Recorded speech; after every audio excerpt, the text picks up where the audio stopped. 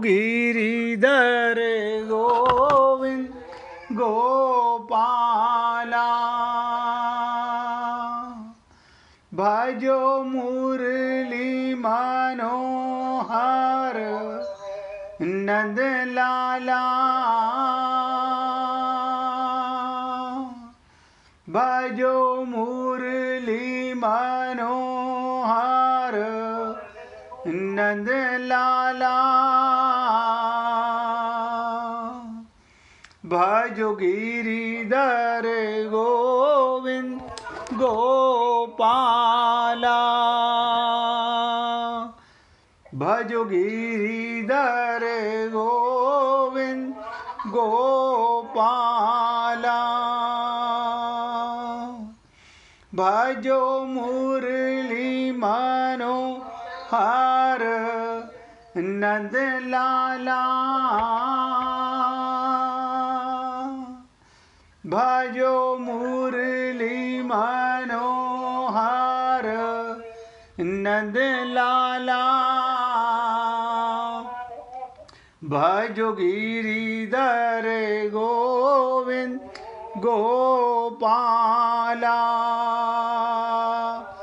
भजो गिरिधर गोविंद गोपाला बोलिए वृंदावन बिहारी लाल की जय जय श्री राधे जय जय श्री राधे।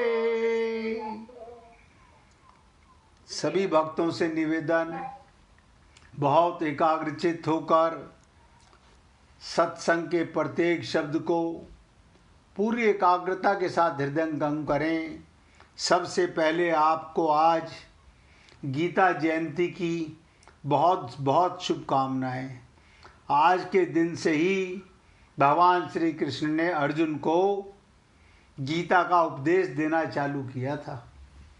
और देखिए कितना शुभ दिन है हमारे लिए भी। आज के दिन ही अर्जुन भगवान श्री कृष्ण से हमारी गीता के प्रचार में भी चर्चा करेगा।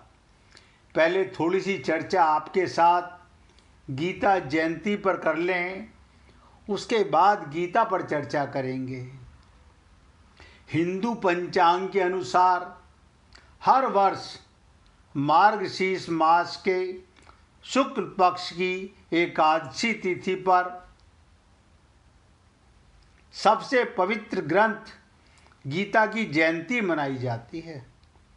पूरे विश्व में यही एक ग्रंथ जिसकी जयंती मनाई जाती है। ब्रह्म पुराण के अनुसार द्वापर युग में मार्गशीर्ष शुक्ल एकादशी को भगवान श्री कृष्ण ने इसी दिन गीता का उपदेश दिया था।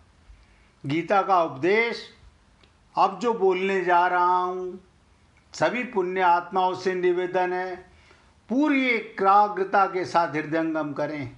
क्या कि गीता का उपदेश मोह का नाश करने के लिए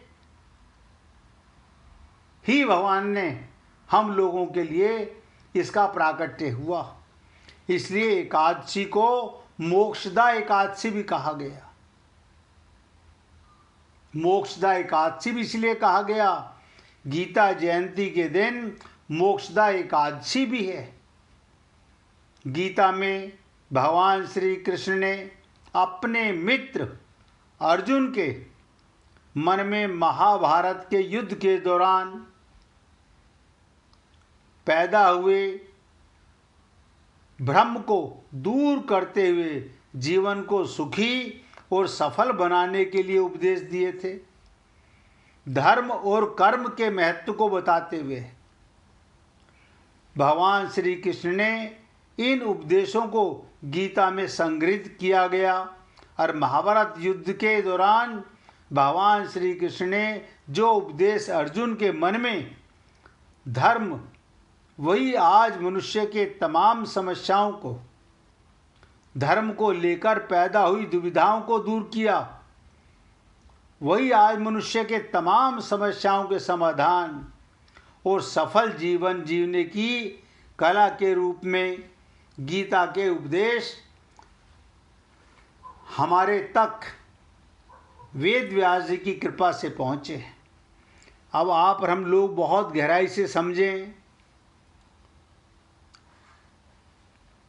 कि आप और हम लोग भगवत प्राप्ति तो करना चाहते हैं। एक गोपी ने कहा कि गीता इतनी नीरस क्यों है। सुन के बड़ा अच्छा लगा। आप कहेंगे अच्छा लगा? हाँ, दूसरे की बीमारी सुनने में मजा नहीं आता। अगर दूसरे का रोग और अपना रोग मिलता हुआ हो, दूसरे की बीमारी और अपनी बीमारी मिलती हुई हो, तो डॉक्टर जब किसी रोगी को उस बीमारी का इलाज बता रहा होता है, वैद्य बता रहा होता है, तो हम पूरी एकाग्रता से सुनते हैं। अब यहाँ गीता में अब तक नीरसता क्या कारण था कि अभी हमारे रोग में और अर्जुन के रोगों में भी मेल नहीं हुआ है। आज से वो प्रयत्न किया जाएगा कि आपका रोग ही, अर्जुन के जो प्रश्न हैं वो तो नरकावतार है। अर्जुन के मन में कोई रोग नहीं था, उसे तो पात्र बनाया गया है आने वाले जीवों के कल्याण के लिए, आप हम लोगों के कल्याण के लिए। गीता जयंती उद्धव जी, नारद जी, महात्मा संत, पुष्कर आदि जितने तीर्थ और तीर्थ सब गीता सुनते हैं, यहाँ आते हैं तो सब इकट्ठे हो जाते हैं। भगवान ने कहा गीता ज्ञान त्रिलोकी का पालन में गीता के ज्ञान से ही करता है। ऐसा गीता का ज्ञान विलक्षणम, बहुत विलक्षण है। जो गीता भी विलक्षण, अर्जुन भी विलक्षण, भगवान भी विलक्षण, संजय भी विलक्षण। देखिए कमाल, गीता भगवान की वाणी, वो तो विलक्षण है ही। अर्जुन भी विलक्षण, वो नर का अवतार हैं। भगवान भी विलक्षण और संजय भी विलक्षण, क्योंकि उसके पास दिव्य दृष्टि है। तो गीता अलौकिक रत्न भरे हुए हैं। गीता में क्या है? अलौकिक रत्न। ये सांसारिक माया नहीं है, क्योंकि भगवान की वाणी है। अलौकिक रत्नों से भरी हुई है, विलक्षण बात भरी हुई है, एकदम विचित्र। इसमें पढ़ते जाओ, सुनते जाओ, ग्रहण करते जाओ, तो क्या मिलता है? विलक्षण भाव निकलता चला जाएगा। सोचिए, इसलिए जैसे भगवान है, त्वमेव मातास्य पिता त्वमेव, त्वमेव बंधुस्य सखा त्वमेव, त्वमेव विद्या द्रविणम त्वमेव, त्वमेव सर्वम मम देव देवा। तो भगवान की गीता बड़ी विचित्र महिमा है। आज गीता जयंती है और ये तो चांस की बात है कि आज ही आप और हम लोग भी गीता के प्राकट्य का चर्चा करने जा रहे हैं। इसलिए हे पुण्य आत्माओं, मैं आप सबका ध्यान खींचना चाहूँगा कि अगर भगवत प्रेम पाने के आप अधिकारी तो हैं ही, लेकिन पूरी एकाग्रता के साथ एक एक शब्द को ग्रहण करें। आप सबको गीता जयंती पर मंगल में बधाई भी देना चाहूँगा और वसुदेव सुतम देवम कंस चाणूरमर्दनम देवकी परमानंदम कृष्णम वंदे जगद्गुरुम। हम भाव शरीर हैं। एक एक शब्द पे ध्यान दीजिएगा। हम क्या हैं? भाव शरीर। आप जन्मने वाले शरीर बनेंगे तो मरने वाले भी बनना पड़ेगा। थोड़ी सी चर्चा कर रहा हूं गीता जयंती पर, ताकि आप लोगों को इसमें रस आने लगे। देखिएगा, इसके उपरांत जहां गीता का समापन होगा वहीं श्रीमद् भागवत महापुराण का प्राकट्य होगा। इसलिए निवेदन कर रहा हूं, आप जन्मने वाले शरीर बनेंगे तो मरने वाले भी बनना पड़ेगा। आप जन्मने मरने वाले नहीं हो, न जायते मृत्यते वा कदाचिता। आप तो जन्मने मरने वाले को जानने वाले हैं। पूरी एकाग्रता से समझिएगा। शरीर का जन्म होता है, शरीर की मृत्यु होती है, आप शरीर को जानने वाले हैं। अवस्थाएं बदलती रहती हैं, आप निरंतर रहने वाले हो। आपका संबंध, सब नोट करो, परमात्मा के साथ है। परमात्मा के साथ है, मेरे बताने से नहीं, सदा से है। आप नाशवान के सम्मुख हो गए, यही परमात्मा से विमुखता है। हम अपने को मरने वाला शरीर मानने लगे, ये भगवान से विमुखता हो गई। और आत्मज्ञान कर लें तो सन्मुखता हो गई। रामचरितमानस में भी आया, सन्मुख होए जीव मोहि जवहीं। यानी सन्मुखता ही मूल चीज है। तो आज गीता जयंती का ऐसा सुअवसर आप हम लोगों के जीवन में आज ही स्वीकार कर लो। क्या? मैं भगवान का हूं, संसार का नहीं हूं। नाशवान और अविनाशी का विभाग अलग अलग है। आप नाशवान नहीं हैं, आप अविनाशी हैं। मैं शरीर हूं, ये डोरी नहीं खोलोगे। ध्यान दो, मैं शरीर हूं, ये डोरी नहीं खोलोगे तो भले ही कितनी ही ग्रंथों को पढ़िए, सुनिए, समझिए, रात भर नाव चलाते रहो, वहीं के वहीं रहोगे, जब तक मैं शरीर हूं कि डोरी नहीं छोड़ोगे। हम शरीर नहीं हैं, हम भाव शरीर हैं। भाव कभी बदलता नहीं। और भगवान कहते हैं भाव का भूखा हूं मैं। अब इस पे जरा सोचिए, भगवान भाव के भूखे हैं तो आपको और हमारे को आत्म भाव, अविनाशी भाव, अजन्मा भाव, अमर भाव, अमरता का भाव लाना है। तो परमात्मा के अपने आप सन्मुख हो गए। इसलिए पुण्य आत्माओं, आप सबसे निवेदन कर रहा हूं, मौका तो मिला है। मौका तो आप हम सब लोगों को मिला है। अब आप इसका कितना सदुपयोग करते हैं, कितना नहीं करते। और कहीं पर भी आपके मन में कोई प्रश्न हो, आप तुरंत मुझे बीच में रोक के पूछ सकते हैं। भगवत प्राप्ति के मार्ग की कौन सी ऐसी बाधा है? सोचिएगा, भगवत प्राप्ति के मार्ग की कौन सी ऐसी बाधा है जिसका समाधान गीता में नहीं हुआ?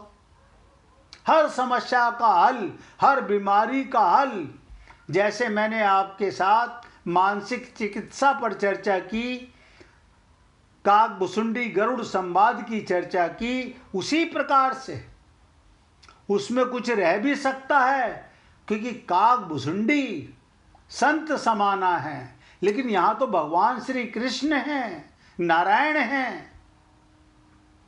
ऐसी कोई बाधा जीवन की नहीं जिसका समाधान गीता में नहीं हुआ। कल्याण की ऐसी कौन सी बात है जो हमें गुरु से मिलती है, गीता से नहीं मिलती। गीता एक अलौकिक ग्रंथ है। गीता जैसा ग्रंथ मैंने देखा नहीं।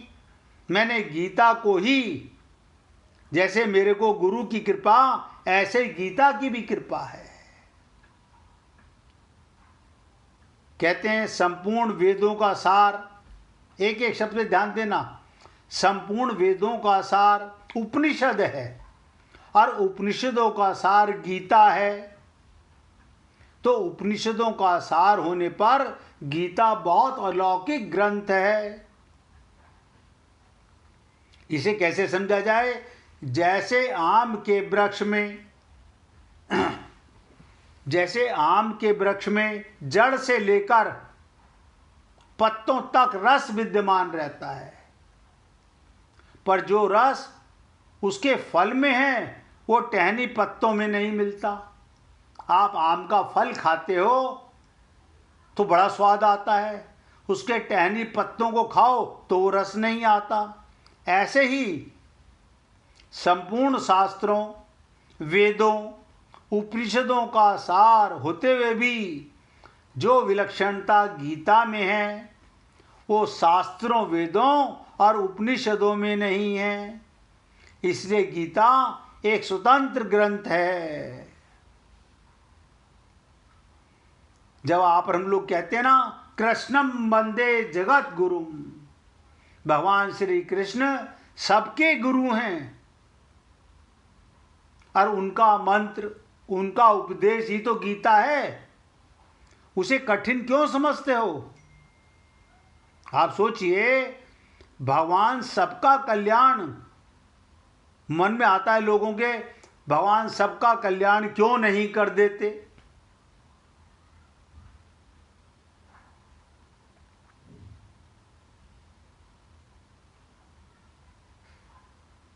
अब आप बताइए, जगत भगवान की दृष्टि में भी नहीं है और महात्मा की दृष्टि में भी नहीं है, फिर भगवान किसका उद्धार करें, किसका पतन करें? भगवान की दृष्टि उनके सिवाय कुछ नहीं। भगवान गीता में 9वें अध्याय के 4थे श्लोक में बताएंगे, मया तत्मिदं सर्वम। भगवान सबका कल्याण क्यों नहीं करते, ये प्रश्न बनता ही नहीं। अगर भगवान कल्याण नहीं करते तो ये मनुष्य शरीर कौन दे रहा है? सोचें, ये संतों के द्वारा अमृत कौन बरसा रहा है? भगवान की ही कृपा से बरसता है। भगवान कैसे हैं, उनका क्या स्वभाव है, ये हम जान नहीं सकते, केवल अपनी बुद्धि से अटकल लगाते रहते हैं। भगवान हमारे जैसे नहीं हैं। जीव खुद दुख चाहता है। आप सोचिए, खुद दुख चाहता है, दुख मोल लेता है, फिर भगवान उसका उद्धार कैसे करें? कल हमने एक शब्द बोला था, मोह के कारण। मोह सकल व्याधिन कर मूला, तिन ते पुनः उपजई बहुसूला। ये मोह का जो फोड़ा है, कैंसर का फोड़ा, यही हमारे को भगवान से विमुख करता रहता है। भगवान किसका उद्धार करें? अपने सुख को रेत में मिला दें तो आनंद की खेती होगी। अब ध्यान दीजिएगा, अगर शरीर के अपने सुख को रेत में मिला दें तो आनंद की खेती होगी। सुख की इच्छा छोड़ दें तो आनंद मिलेगा। अब सुख की इच्छा ही पतन का मूल कारण है। और आप हम लोग बस जब देखो सुख के पीछे भाग रहे हैं। हमारे गुरुदेव कहते थे, मंद बुद्धि लोग सोचते हैं मकान मिल गया, दुकान मिल गई, पैसा मिल गया, पद मिल गया, बड़ी कृपा करी भगवान ने, ये कृपा है। जितना संसार मिलेगा उतनी दूर भगवान होते जाएंगे। भगवान तो कहते हैं मैं जिस पर कृपा करता हूं उसका सब कुछ छीन लेता हूं। छीनने का मतलब उससे आसक्ति समाप्त कर देता हूं।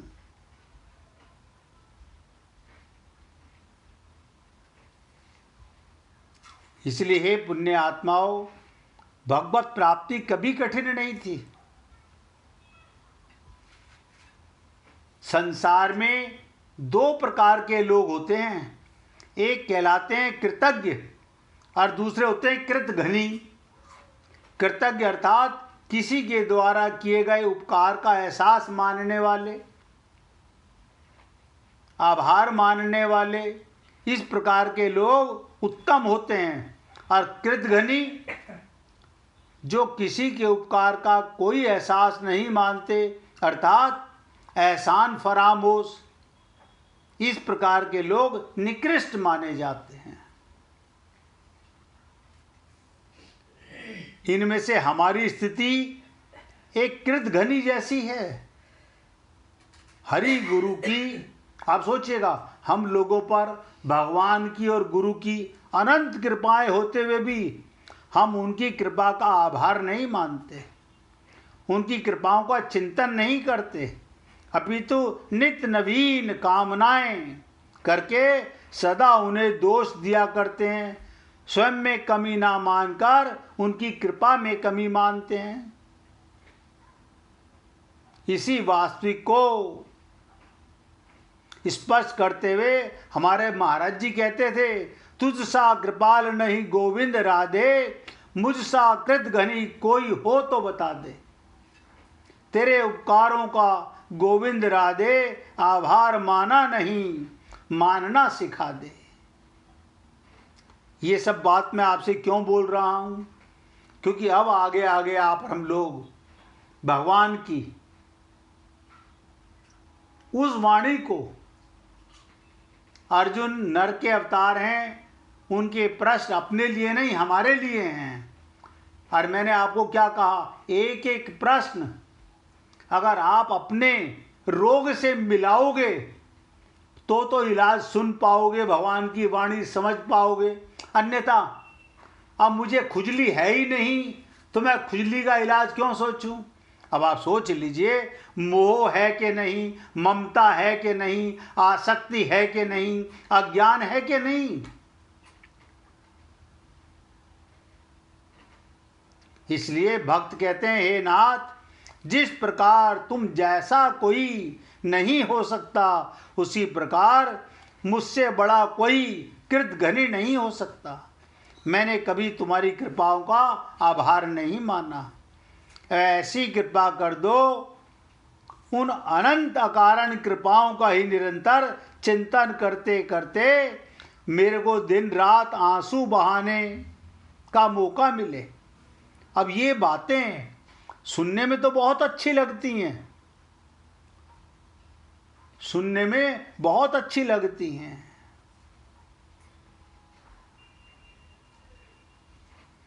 इसलिए आप सबसे हाथ जोड़कर प्रार्थना करता हूं, आप सच्चे हृदय से भगवान में लग जाओ, फिर सब ठीक हो जाएगा, कोई बाधा नहीं रहेगी। आप डरो मत। चाहे भाई हो चाहे बहन हो, मनुष्य शरीर मिला है परमात्मा प्राप्ति के लिए। नोट कर लो, ये मनुष्य शरीर भगवत प्राप्ति के लिए मिला है। आपका उद्देश्य ठीक हो तो अभी जो कमियां हैं वो भी पूरी हो जाएंगी गीता के माध्यम से। अभी कोई नाराज भी होगा तो वो भी राजी हो जाएगा भगवान की कृपा से। अब मैं आपको विशेष बात बताने जा रहा हूं गीता के, और पूरी एकाग्रता से सुनेंगे। आज गीता जयंती है, इसीलिए आपके साथ ये चर्चा कर रहा हूं। जीवन जीने की दिव्यतम भव्यतम कल्पना का साकार रूप श्रीमद् भागवत गीता है। क्या मतलब? जीवन का ऐसा कोई क्षेत्र नहीं जिसे गीता ने स्पर्श ना किया हो। जीवन की ऐसी कोई समस्या नहीं जिसका समाधान गीता से ना प्राप्त किया जा सके। गीता अर्जुन के समक्ष अवश्य गाई गई, लेकिन केवल अर्जुन के लिए नहीं गाई गई। गीता गाई गई ताकि हम जीवन में समत्व को धारण करते हुए आनंद पूर्वक जी सकें। लाभ हानि में, सुख दुख में, एक एक शब्द ध्यान देना। लोग वाह लाभ लाभ चाहते हैं तो हानि किसके घर में जाए? तो लाभ हानि में, सुख दुख में और सम विषम परिस्थितियों में, सम विषम परिस्थितियों में गीता ने कर्म के अति रहस्य में, कर्म के अति रहस्य में सिद्धांत को स्पष्ट करते हुए कहा कि भावना की शुद्धि ही कर्म की शुद्धि है। अब देखिएगा, इस लाइन को अपनी डायरी में नोट कर लीजिए। भावना की शुद्धि, अभी हमारा कुभाव है, आत्मा का भाव नहीं है, शरीर का भाव है, तो इसे शुद्ध करो। यही कर्म की शुद्धि है। महत्वपूर्ण ये नहीं आप क्या करते हैं, अपितु ये कि किस भाव से करते हैं। आप कोई भी कर्म कीजिए, लेकिन भाव भगवान के अपने हृदय में अनुभव करके कीजिए। वर्तमान समय में मनुष्य जीवन की बहुत सारी समस्याओं से पीड़ित है। ये ऐसा मत समझिएगा आज के लोग ज्यादा पीड़ित हैं, हर युग में यही होता आया है। बहुत सारी समस्याओं से पीड़ित है। जिसके पास सुख साधन है वो दुखी, और जिनके पास नहीं है वो भी दुखी। कभी कभी हमें पता तो चल जाता है हम रोगी हैं, ध्यान दीजिएगा, हमें कभी कभी पता चल जाता है हम रोगी हैं, पर यह पता नहीं चलता कि रोग क्या है। तो गीता क्या करती है? रोग भी बताती है और औषधि भी बताती है। हमारे जीवन का विषाद प्रसाद बन जाए, यही तो गीता की अनमोल सीख है। इसलिए पुण्य आत्माओं, आपके साथ ये गीता जयंती पर ये जब सब चर्चाएं मैं आपके साथ कर रहा हूँ, सिर्फ इसीलिए कि आप और हम लोग गीता जयंती पर कम से कम एकाग्रचित्त होकर आत्मभाव से अगर सुनेंगे तो ये शरीर का भ्रम, शरीर का भाव, शरीर का दुख सब धीरे धीरे मिट जाएगा। अन्यथा फोड़े को खुजाते रहो, खुजली में मजा तो आएगा लेकिन वो दर्द नासूर बन जाएगा। कहते ना, सपने देखना आत्मा की भाषा है, पर उन्हें साकार करना कर्म या धर्म की। सुबह उठते ही अपने लक्ष्य को याद कीजिए। मैंने एक बार पहले भी कहा था, सुबह उठते ही अपने लक्ष्य को याद कीजिए और उसकी एक छोटा सा कदम उठाइए। हर दिन एक छोटा सा प्रयास जीवन का बड़ा परिवर्तन बन जाता है। एक बात याद रखें कि केवल कल्पना से नहीं, निरंतर कर्म से भविष्य लिखा जाता है। कल्पना भी जरूरी है, लेकिन ये पहला कदम कर्म कल्पना को साकार करता है। सपना तभी पूरा होता है जब मन में दृढ़ और हाथों में कर्म हो। थकान आएगी, लेकिन वहीं से आत्मा का असली तप शुरू होता है। तब ईश्वर हमारे साथ हमको चलता अनुभव आता है। ये सब बातें आप और हम लोग बहुत ध्यान से सुनिएगा। किसी ने कहा हम मंदिर बहुत जाते हैं। मैंने कहा अच्छी बात है, बोले भगवान चुप रहते हैं, एकदम एकदम चुप, कुछ बोलते नहीं। मैंने कहा भगवान बोलते नहीं, ये भी एक संदेश देते हैं। चुप रहने का मतलब क्या? कोई कारण तो होगा। अब वो क्या संदेश देते हैं उसको अभी चर्चा करेंगे 1 मिनट भगवान का कीर्तन करके। हरे कृष्ण कृष्णा कृष्ण